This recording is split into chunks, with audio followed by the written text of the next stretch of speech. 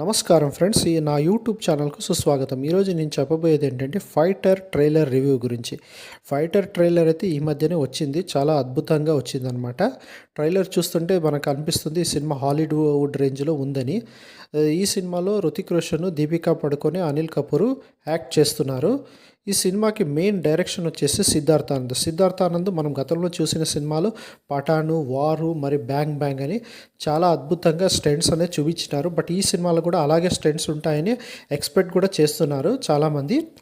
So మరి ఏ రకంగా ఉంటుంది, మరి ఏ రకంగా ఇది 1000 కన్నా ఎక్కువ వస్తుందా లేదా అనేది మనము ఎదురు చూడాల్సింది.